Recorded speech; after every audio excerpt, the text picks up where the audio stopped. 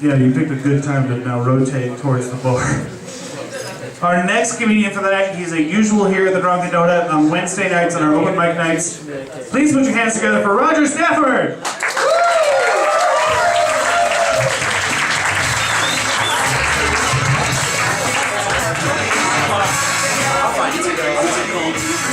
Hi, everybody. So I'm 17, which means I'm younger than a lot of the people in this room. And I know some of you older folks, some of you 23, 24-year-olds, you're looking at my youth and virility, and you're thinking to yourselves that he's just some naive kid. But you have to remember that the things that you have to do legally, I still have to do illegally, which makes it cool. I am cooler than all of you. If I go out after curfew, like after dark, I'm James Dean. If you do it, you're a rapist. If I mock authority, I'm the Breakfast Club. If you do it, you're a rapist. I don't have another insult after that. I'm not sure where else to go with that bit. I've been seeing these bumper stickers lately, start seeing motorcycles. They haven't been invisible. It just sounds like someone really confused in a relationship, like, I don't think this is working out, I think we should start seeing motorcycles. That one's ridiculous, I love it though. I used to think the word euthanasia was pronounced youth in Asia. So for a long time I'd see Asian teenagers and just think to myself, I don't know what happened over there, but I'm glad they got out.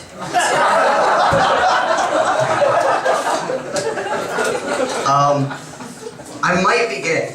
I think I might be gay. Not because I'm attracted to guys, but just because I've had to give up on girls. At some point you gotta cut your losses. My thoughts on heterosexuality are really about the same as my mother's thoughts on my comedy career. You can try it while you're young, but at some point you gotta get a real job.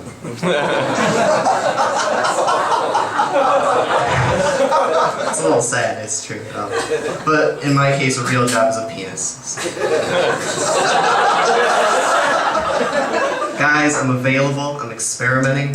Girls, fuck you, you had your chance. Unless you want a second chance, please. I was raised in a really Christian home, and my parents always told me that sexuality is a choice and homosexuality is a sin. And as I got older, of course, I realized this is wrong.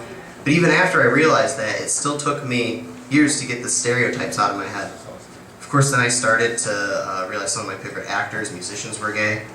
I started to meet gay people, realized they weren't that bad. Then I started fucking guys. Then it got really easy. Sexuality isn't a choice, but I wish it was just for the options. It's for customizability. This half of the population rejected me. I'm going to tweak some settings, now I can get over with this half. I'm screaming a lot.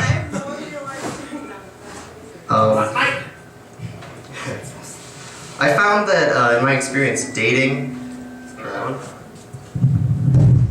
No, that's not it. That's not it? No, Let me try your mic. Thank you. I need that mic on her.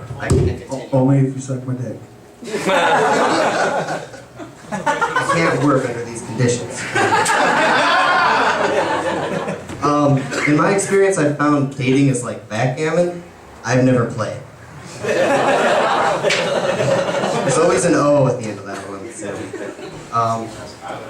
It's mostly my fault though. I tend to kind of turn into a little brother around girls. I tend to, so I'm literally the embodiment of the friend zone. A female coworker recently told me that I was adorable. You can't fuck adorable. If you meet a girl that wants to fuck adorable, you don't want that girl. You don't want a girl that looks at cute cat pictures on the internet and thinks, oh yeah.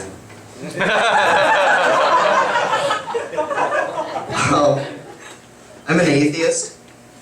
Yeah, it's nice. I'm an atheist, but it's a lot of people think maybe that's because I hate God or just because of the evidence against him. It's not for either of those reasons.